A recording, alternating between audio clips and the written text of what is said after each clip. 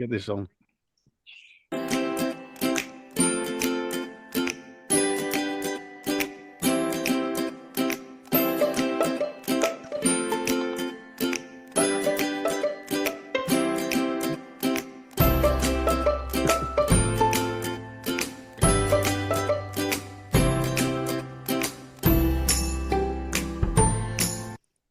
Right, well, good evening. It's a very, very nice evening. I'm looking out of my loft window. There's a beautiful crescent moon on a lovely sky. It's 31st of March, so it's the last day of whatever it is, spring, winter, whatever it March. is. March, yeah, that's March. it. But it's also the start of the whatever summer, isn't it, tomorrow? So tomorrow's the 1st of April, and we are gathered once again to episode 67 of the Malt Travail podcast. Good evening, gentlemen. Evening now, everybody. I hope. Seems ages since the last been here, doesn't it? Slightly stalled. Just having a It pint. wasn't too long ago when we were doing our Lancashire mill towns. Although I've got to say, gents, your little trip around the nether regions of Lancashire is that we lost. Well, I won't say we lost any listeners, but we had a bit of a poor month really, and all of our far eastern friends have all disappeared. 70% of our listeners in March were from America, 14% from the UK, one from Germany, one from Switzerland, and one from Russia, which still intrigues me. So our Gibraltar fans have left us, our Malta fans have left us. So hopefully we'll get them back.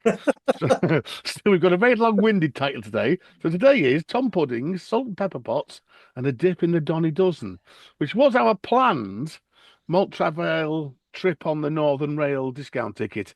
But a Girl Guide emergency got in the way of that. So we ended up having well, some of us had a much shorter Malt Travail get together. Yeah. Me and Nicholas, we managed to flag out most of the day. So there we go. I think Bruce has got unfinished business in Goole. That's why he didn't want to go back there. So yeah, so most of the target was actually to go. She worked there ever so often. I think we spent more time in Doncaster, which was still very nice. So we will get onto that shortly. So a little bit of beer news. It's been fairly quiet. Obviously, we had the whatever it was called, the mini statement, the spring, whatever it was last week, which wasn't particularly good news for anybody. And of course, because it's been Cheltenham, everybody's been talking about Guinness prices, and all over the social media things, which Nicholas doesn't listen to any or watch. People have been showing us their receipts. What? So Who? this is one from Cheltenham, where 4 pints of Guinness on Cheltenham cost £34.20, which I work out to be £7.80 a pint. Yeah. Now they did say it was very good. It did say they'd put a lot of effort into making it a good pint. The one going around today is from the Temple Bar pub, which we've discussed before, haven't we? Which was, I think, €10.45, which actually when you convert it is only £8.74, which is quite a strange price. But anyway, there we go. So I don't know. It just seems to be the season for Guinness. £6 pint, the Devonshire now, which is supposedly the UK's best Guinness, was there last week. £6.90 there. That's going on a bit. And of course, they reckon that the average pint now is over a fiver. I've got to say, I've been out last 2 weeks and I've not paid anything near a fiver for a pint of beer. So there we go. And talking of, have I missed one? No. Talking of pints of Guinness, I don't know if you. I wasn't aware of this. I came across this last week. I don't know what I was doing, but I was looking for something, and maybe it was the Guinness stuff.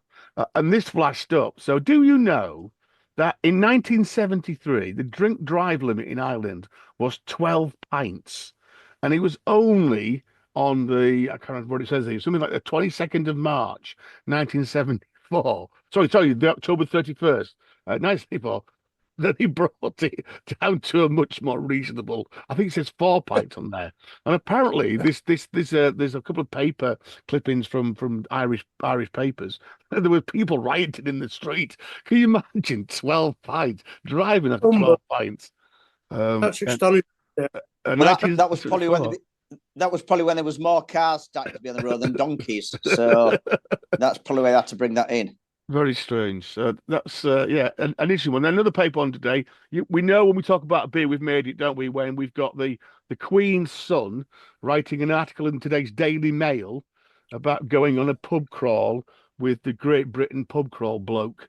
So by all accounts, Tom Parker Bowles went on a pub crawl with the GB pub crawl guy, a guy called Dale Harvey, who is a little bit of a internet. He's not bad actually. I do occasionally look at what he's doing, and actually it is quite. Yeah, but quite a good look what he's article. drinking. Looks like a pint of orange juice.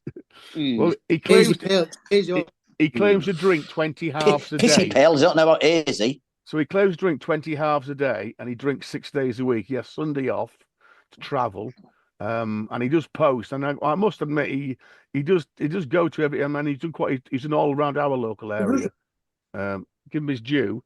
And again, the story he's telling is he's an ex landlord, beer manager, bar manager, and he's trying to say, we've got to save our pubs. He began this this whatever it is in March 22. He's so far visited 5,381 pubs in England and the UK, and since he started in March 22, 500 of those pubs have already shut. The ones that actually he's been to see. So, as we've talked about recently on podcasts, it's a bit desperate, isn't it? I mean, the good thing about him is he's overwhelming. It is, but the nice thing about him is he's overwhelmingly positive into him. I mean, he goes to pubs, he goes to state pubs, the sports bars, and he finds something good to say about everyone, which is to be which is good, really. Yeah, I mean, I must admit, I'm going to go to Marley on the back of one of these videos. I've never been to Marley, but apparently it's the up-and-coming Smebble League with loads of boozers there. You'll have to come if you fancy it. Recently opened Sam Smith's there, so I think he does a good job, really. But he's committed to it though, and do worry for his liver, don't you? Now there might be a new bar opening in Moulton. Tate Smiths have had a little wine shop, what used to be next to Addison's Spot Shop. Now that Beecham's Weight Shop has just gone across the road, there's a notice the window extending their both on license and off license. So Mondays to Wednesdays normal shop hours, sort of 9 till 5, 6 o'clock. But then Thursdays to Saturdays, they're asking for a license till 10 o'clock at night. And then it said maybe longer for ticketed events. So I'm reading between like a little wine bar, but I would hope, obviously, Tate Smith's stock and hold wines and beers. I mean, they've been around many, many, many years. In fact, I've got an old Guinness label. They used to bottle for Guinness, Bruce. I've got an old Guinness label with bottled by Tate Smith St Malton on it. That's when Guinness still used to bring it in by tankers across the Irish Sea and let anybody and everybody bottle it. So I'm hoping, as I say, and that worked quite well, I think, because obviously it's just down the road from Brass Castle. And obviously I was in the Brass Castle on Saturday night, and the vast majority of drinkers in there were people who'd been into town because they were all rushing to get the train about 8:30. So there was two groups of 6. There was a group of 6 blokes who were obviously beer drinkers. They all had the same T-shirt on. Then there was a group of, I think, four women and 2 blokes. And then I was in Peterston on the Square before that, and there's a group of 3 or 4 blokes in there saying, how many we had 7 or 8 pints, and I think they'd gone to Macmillan's, and the only thing they had to say about Macmillan's was they'd had some whiskey that was very expensive and thought it was watered down. But I can't pass comment really because I've never been in there. But yeah, so could be a little wine bar or a little micro bar opening up soon. So we'll keep an eye on that. Good. I find it strange that Brew York are opening pubs everywhere. Yet Malton seems to be the one place with a big beer culture. I suppose we don't have the link with the estate, but you think Brew York could be Brew York. Yeah. And I don't think you'll get a pint for under £5 from Tate Smith's wine bar, I would imagine. Right, moving on. One thing, just a little bit of a gripe for me, really, and it's one of these things that. Oh, hang on, and we go back a bit. One thing that maybe doesn't help with pubs and things. So, and I've picked on Titanic because they're my local brewery, but I picked up on social media that Osset, the ever-present Osset, had done another collab, and this time with Titanic, and it was a pipeline session IPA, fantastic. So I thought, great. So I'll go on the Titanic website, and I'll also go on the Titanic Pubs website and see who's got it in. So, and a big thing popped up, latest news. So, fantastic. And I went to the latest news, and the last news they posted was on February 14th, which is over 6 weeks. So it's like, why have social media? Why have latest news? You've obviously got a massive collab here with Osset, who are a massive, Northern Midlands national beer. and yet you go on any of your website, and you can't tell me which pub I can go and buy it in. So it's yeah, I don't know, just a bit of a gripe. One or two places I've looked at, either been shut, and I remember a couple of times when pubs they don't update their social media, and you turn up and they're shut, even though it says on the website that they're open. And I know some of that is Google, so I never rely on the Google thing. I always try and find the pub's own website or normally their Facebook page. But again, you better go on just, Facebook because Facebook is easy for them to update very quickly. So, wouldn't you? Whereas sometimes websites, if they've got somebody running that website for them, this is the problem. You fall into the trap. Oh yeah, you have these little independent people who can run websites, or even the bigger companies. Oh yeah, we can keep it update for you. And then as soon as you have to put something on there, oh, we've got technical problems, or somebody's on holiday, or somebody's sick, but you're tied into them. So I would suggest, even though I don't do social media, follow them on Facebook, or even drop them a tweet, or whichever the modern way is now. Is it WhatsApp, Bruce? Find out from them what's happening, rather than, like you say, definitely don't go on Google, because Google will change all the time anyway. Even if you set it what it wants to be, sometimes it defaults back. We've had a problem with that all over winter. Whereas we're closed, and then all of a sudden it's saying we're open again. And it's nobody at our end that's changed it, but it defaults back to being open. And then people can actually make suggestions as well. So you, me, or the pet dog can actually go on Google and suggest a change, and they'll change it without completely and utterly checking it like so. Well, it wasn't in the Fox last Thursday was the last time I was in the Fox. I did have two big collabs on, but not this one. But I will try and pop down over the next couple of days' time and see if it's on. I must admit, my local Titan, it's just gone off slightly, but the guy who had it has retired, and the newish guy has come in, and it's just when you just feel like it's just slightly going down a bit. Clientele's changed a bit. It looks a bit muckier. The beer's not quite as bright as it was, and not as much choice on. So anyway, we'll stick with it because it's a lovely pub. I'm getting bored with Bruce's highlights. I haven't bothered Bruce highlights because Bruce. I don't know when Bruce works these days, because every day he seems to be in some far-flung bloody town or city, sending me pictures of bloody pork pies and pints. So I think maybe the next time we meet on the podcast, we're going to get Bruce just to reflect on his tours of the rails of them. Well, we said northing most of bloody England by the looks of it. So I'm very quick for me, because actually I think today is going to be a bit of a highlight, because obviously we had our day out back at the start of March. I don't think I gave Nick the full update on this one. I gave Bruce a bit of a running commentary on Saturday. So again, I was on my own Saturday afternoon. Lad had gone to football. Wife was working, so I thought, I'll get the housework done and a little pop out. There's obviously I've been watching the women's Six Nations, which has been very good actually. But there was a bit of a gap in the afternoon, so I'll have a walk into town. And again, why not try and tick off another bar that I haven't been to? If on the way I went via the, I'm going to come back to I went via the Crow's Nest. Which is newest local. But anyway, on the edge of town, the edge of Newcastle on the Lyme, just as a way out, kind of heading up towards the north, there is a little backstreet pub, which reminds me a lot of some of those pubs in York, actually, like the Wellington and the Slip Inn. That looks a tiny little pub. Yeah, tiny little pub. Tiny. It's called the Albert. Very tidy. And if you're on YouTube, you can see there. It's the middle of it. It's kind of on a terraced end. It's got an interesting mosaic tiled wall outside, which I can't get to what it is. It's a one-room pub. There's just one room, that's it. And it's like a terraced house and a double thing.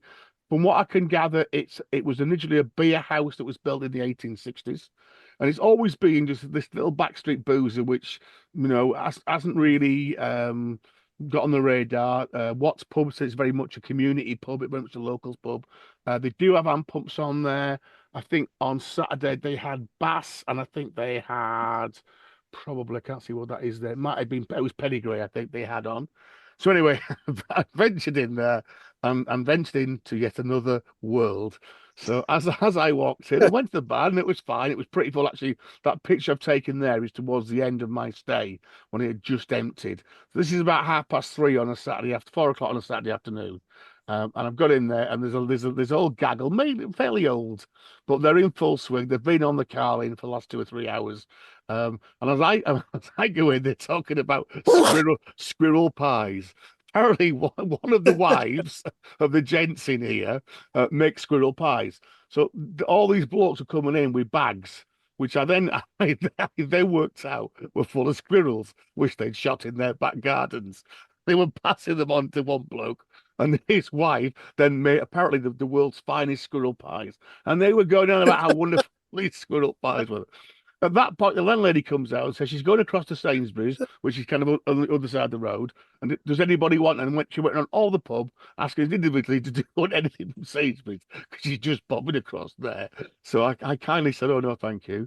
By this time, they now moved on from squirrel pies onto seagull pies. So when they when they go to the seaside on their holidays, they then start eating seagulls. During all of this, two blokes opposite me were having a very, very intense discussion about music. And whatever music came on, they were kind of talking about when it was released, who the lead singer was, what were the stories about that. It was just surreal. So yeah, I really interested. I had a pint of bass, and it was very nice. It was about £3.40 for a pint of bass. So yeah, I'll have to take you in there, Nick, next time we're there. Like you say, it could be an absolute gem, and obviously, people enjoy it. It's a little community pub. But yeah, a one street little backstreet boozer, fantastic. And then I was putting them on, but the other one I did try on Saturday was Cameron's. Cameron's doing a Motorhead these are beers, aren't they? So I had a pint of Road Crew, which is their IPA, and they've also were doing Overkill, which is their Pilsner. Yeah, they've done it for a while. Yeah, and very nice glasses and very nice pub fonts. So very nice. Anyway, so the big trip. So the moons had aligned, and all of us were in and around North Yorkshire for a weekend. Which what was it, about 3 weeks ago, wasn't it? Now something like that, 3 weeks ago. So the plan was we talked a lot about going to Goole, and particularly to visit the Tom Pudding microbar. And we were trying to work out different ways of getting there. We also talked about maybe going to Hebden Bridge, but it was a Sunday, so as always, it's a bit more challenging on a Sunday. We also had the vagaries of Northern Rail. So whilst we had our Northern Rail discount tickets, for the last few weeks, certainly on the Trans-Pennine route, there's been a bit of to and fro. Got to say, Nick, actually, on the day, we did very well, didn't we? On the day, I think every connection we had was pretty much spot on, or if it was a minute or so late, it was back on track. So it was just Ellie and Iar coming back from Doncaster to York, wasn't it, Mike? I mean, yeah. Stuff for Ellie I don't know what they're playing at, but it's absolutely shocking, aren't they, mate? Absolutely. So the plan was we would all meet in York at about 9:30 on a Sunday morning and set off. Anyway, so there was a girl. We won't get to the Girl Guide emergency, but it was a Girl Guide emergency which made potentially Bruce was having to fly off down to London to bring back daughter. Anyway, so instead of doing that, me and Nick set off. We got to York Station around, again, first train out of Mall, second train out of Mall, I think it was, on a lovely crisp Sunday morning. We got to a very well, actually, no, it was quite a busy York Station because there'd been a lot of NLR trains that had been cancelled. So they're all fighting to get on one train. I think engineering works. And we'd had to break our journey in Leeds. So our first pint of the day, Nick, was it's just called Weatherspoons on the Concourse, isn't it? Which has got you'd thought they'd come up with a name by now. But if anybody knows, dress it up, it's just spoons. Yeah, it's just spoons on the Concourse. So, and again, as you can see if you're on YouTube, this place was absolutely rammed on a Sunday at about 10:30. It was, I mean, it's not a massive Weatherspoons. Well, I understand it. You remember Richard Sounds, when Richard Sounds was massive in its heyday. They held the record for the most sales per square foot. They had a little shop near London Bridge. And I think this Spoons is one of the busiest per square metre in the whole of the country, simply because it's probably one of the smallest Spoons. But yeah, with people commuting in and out of the station, it's always packed full of people. And I think obviously people were doing like overnight stays, and rather than paying for £12 for breakfast in a hotel, they were coming here for £3.99 breakfast, weren't they? So I think we got the last table. And again, it actually inside, it's not bad, is it? It's quite light actually inside compared to where it is. They're doing a little bit with that kind of walkway now. There's quite a few other eateries, isn't there, and bars, and obviously it's the back of the is it the Queen's Hotel that you backs onto kind of opposite there? Is it Queen's? Yeah, it is Queen's. Yeah, Queen's, isn't it? Yeah. So anyway, we got in there. Art Deco building. They had quite a good range of beers on. I think I ended up having an Oakham in the end, which was very, very nice. So that was that one, and then again we managed to then get another Northern train, and that Northern train chugged along to Doncaster. Obviously, there's a more direct route if you jump on the LE&ER London train, but we were using our Northern Day Tripper. So we jumped on the, there's my Motorheads. Well, I've got them out of sync, haven't they? There's my Motorhead class. I'll just show you that one. And the Motorhead pub fonts, which are very, very interesting. That's nice, isn't it, that? So our first point of was a new one for me. I think both of you have been here before, haven't you? And I'd say it was a really good kind of starting point. And this is the Draftsman, which is on platform, I think it's platform 4, isn't it, of Doncaster Station? Platform 3. So this is a little micro bar and yet another refreshment room that apparently laid dormant for 18 years. And the Draftsman Doncaster is quite famous. It's famous because it's the UK's youngest city, because it was only a city in 2022 as part of the Queen's Jubilee. Even though at the time I think it was bigger than Sheffield, Newcastle, and various other places.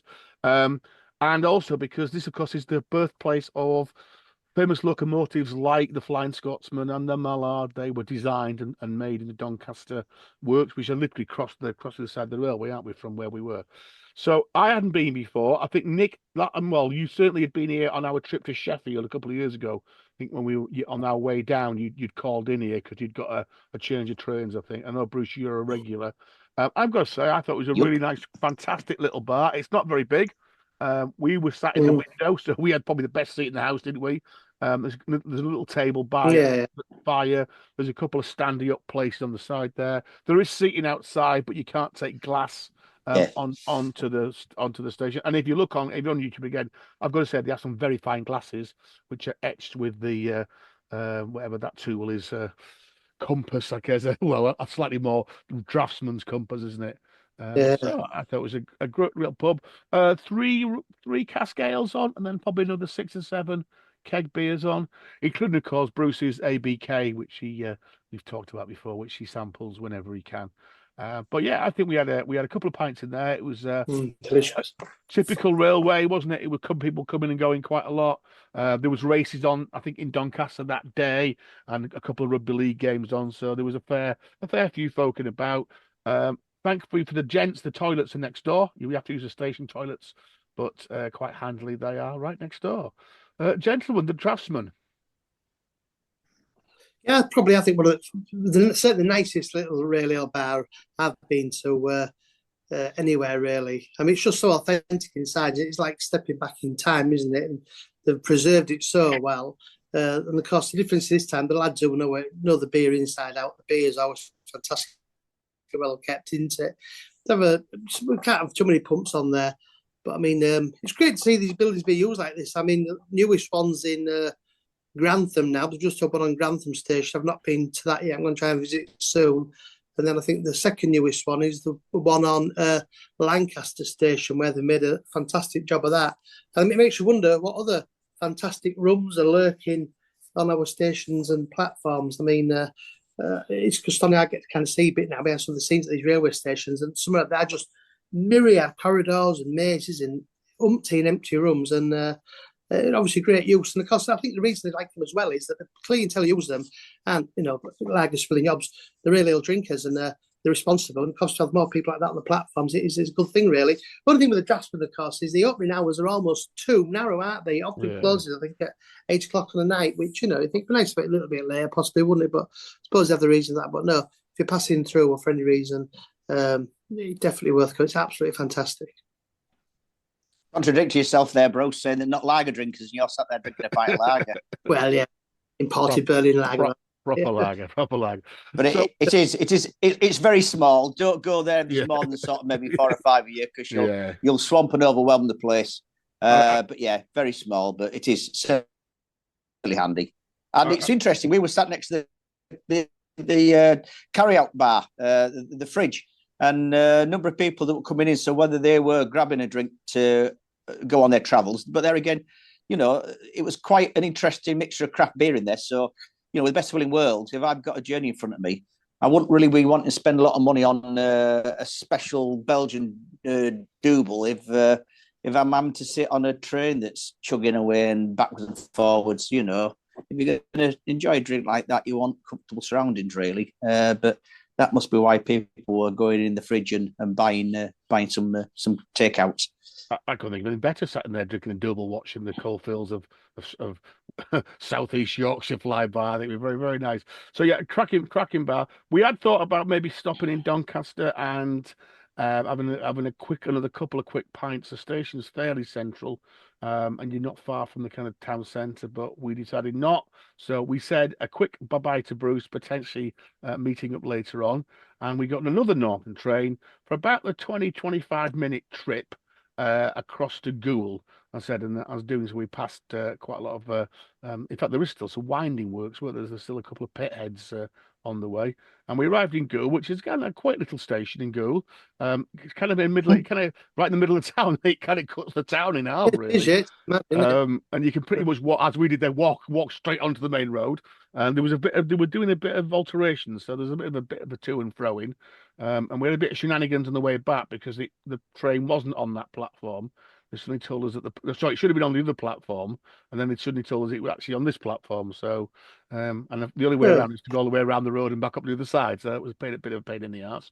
And as we said in our introduction, the salt and pepper pots. There's a little bit of a sneaky pepper pot view there as we walk out of the station, but we might come back to the salt and pepper pot shortly. Oh, there you go.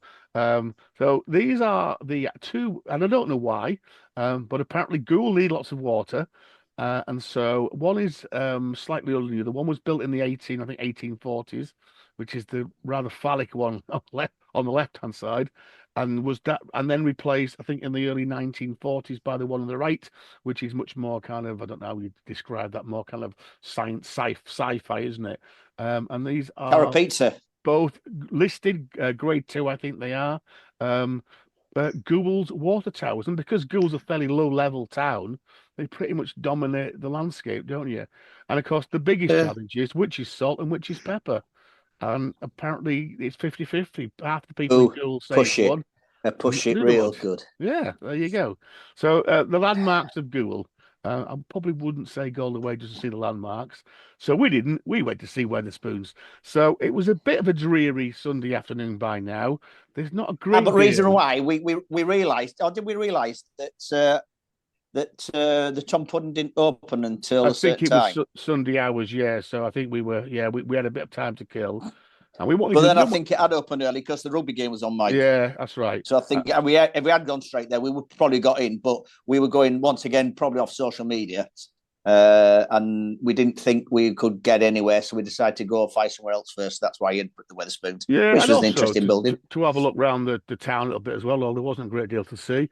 But at the end of the high street, there was quite a nice little civic roundabout here. The market halls on the left of this picture we're looking at here. There's an old George, but with a Bass logo pub on the right, and in front of us is what was the York City and County Bank, but is now the City and County Wetherspoons. Again, another Wetherspoons, which was absolutely rammed. We got just about the last seat we could in this pub. It's an interesting contrast, really. One side is very much traditional spoons, as I can see on the picture there. Sit down and eat. Quite a nice fire there. We put that on for Bruce. But then the front of the pub, they've retained the bank's counter. So the actual bar is the old bank counter, and that's bit more pubby, wasn't it, Nick? Really, a bit more standy uppy. Lots of tall tables that you can drink at, really. And both sides were absolutely rammed for a Sunday afternoon. So it was families and tables of all women. Yeah. At least 2 or 3 tables of old women. Knocking back Prosecco. Out for a Sunday lunch. Yeah. So worth going there. A really good range of Yorkshire beers, which again you don't always find in Wetherspoons, but this one was. I'm trying to see what we ended up having. Let's see if I made a note of what we drank in here. I just said a good Roger local beers, which there was. And then we went back across the railway tracks, back down the high street, over the railway tracks, and we sought out the Tom Pudding, which is kind of parallel to the railway, about another street along. And this is a small micro pub, one of the earliest, probably in our kind of neck of the woods. Been called Goole that. Apparently, it was a former newsagent's, but it's been open now, I think, for something like 18 years. We particularly like this lot because in our early days in the podcast, they were listening in during COVID, and they often sent us a few remarks about what they enjoyed listening to, and they always said you've got to try and come to Google. So we made our way to Google. Unfortunately for us, as Nick has already said, Google Vikings, that well-known rugby league team, were playing Barrow Raiders in the 1895 Cup, which is a bit like the auto windscreen Leyland Daff auto glass whatever paints trophy for rugby league teams. It's like it's not the Challenge Cup. It's that the second best for all teams that are in the Super League. And Goole Vikings are not particularly massive a team. I think they've got one stand in that little ground which you pass on the train. Yeah, and this pub was full of Goole fans, Goole Viking fans. Actually looked like quite a few ex-players by the looks of it. They were having a bit of a get together. So it was pretty busy. We did get a little table, Nick, didn't we, up by the bar. It's a typical kind of micro bar, and it long and thin, and then at the far end there's the bar. Some very surreal toilets. If you think high-end Indian restaurant toilets, all kind of black tile and gold, which was completely contrasting to the rest of it, which as you can see is pretty much spitting sawdust.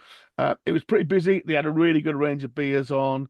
Again, not much food, just pickled eggs and pot scratchings, but a quite nice clientele. And yeah, it was worth going. Lots of things about Tom Puddings up on the walls. So, and obviously Tom Puddings, I think I've got a picture. There we go. They're the Tom Puddings.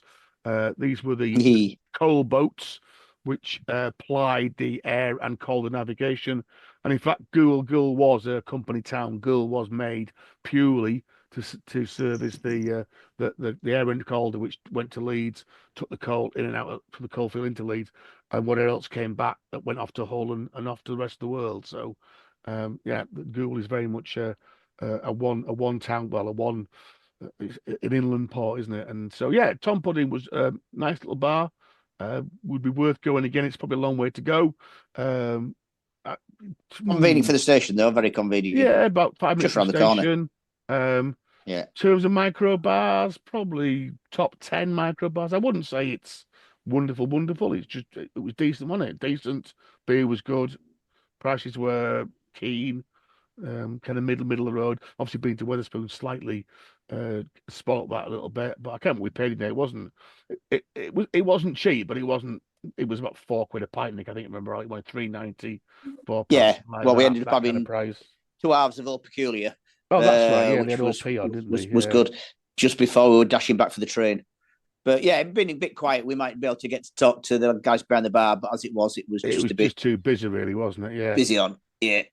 Oh, that's right. I had a pint of 10 foot. I had, yeah, which is a Yorkshire Brewers, which I haven't heard before, but apparently from Hull. And I've lots of even though from Hull, they have A-up bitter, Reet Amber Ale, well chuffed pale, and 10 foot is a 3.9% pale. Apparently, Hull slang for back alleys. There's a 10 foot. There you go. Who knew that one? So definitely worth a little trip out if you are ever in that area. And we walked back to the station, and I said, and even though the train said it was going to arrive on platform 2, some bloke shouted, the train's not going to platform 2, it's going to platform 1. So we all trooped all the way around, got on the train on platform 1, and headed back to Donny. And by now, actually, it turned into quite a nice little spring afternoon. There's been a bit of a work done in Donny. I think it's had a bit of a cultural lift recently. And as part of that, the local, what are they called? The BID, the kind of business area district centre town and the Tourist Information Centre got together and they produced something called the Donny Dozen, which is a Doncaster real ale trail. And quite a nice little pamphlet online, or we did find any physical ones, didn't we? But it's certainly online. And again, a good little range. Yeah, I picked one up. Did you get one? 12 pubs. Pick one up, in the Doncaster tap. Pretty much, there we go. 12 pubs, which are pretty much around the city centre. And quite nice that they also give you a little bit of some of the other highlights, the churches and the Corn Exchange and things. So really nice, actually. I thought it was a really nice little put together. We'd walk around. We ended up, though, spending most of our Doncaster time in the Doncaster Brewery Tap. And this is, I would say, a little bit of a hidden gem in it, Nick. It's kind of slightly off the kind of normal walk. You've got to find it. You've got to find it. Yeah. I'd never, ever heard Doncaster Brewery. Didn't know they existed, but obviously a bit of research. And actually, we had a cracking time, didn't we? We got in there. It was getting fairly steady. They do a Sunday buffet, Bruce. You would have really enjoyed the Sunday buffet. Oh yeah, a table laden with cheeses and pates and crackers. Buffet. And we were encouraged. By the way, gentlemen, you can help yourself to the Sunday buffet. Yes, that's what they told us, which is very, very nice. They're actually quite a productive brewery. They had 5 of their beers, and I think, and a couple of guests. So, being as we were, we ended up having 6 halves of pretty much everything. So we could pretty much do the whole cask range. And I've got to say, Nick, there's one there that you can see which one Nick didn't probably like, which is towards the middle of the paddle. So as you can see there, the kind of cloudy, dishy, watery one. But a good range. They got like proper bitters. I think it was a blonde, which I think is their best seller. And then upstairs, they also have a keg bar upstairs as well, which they weren't actually using on a Sunday. And it was fairly steady. The landlady and landlord, you can pretty much tell who they are because over the bar they've got a big mural of themselves. So they're apparently husband and wife team, set the brewery up a few years ago, and so they were both in. It's Lady Alison who served us, and was very nice about it. We talked a little bit about the beers, told us which ones were the most the most popular, and the brewery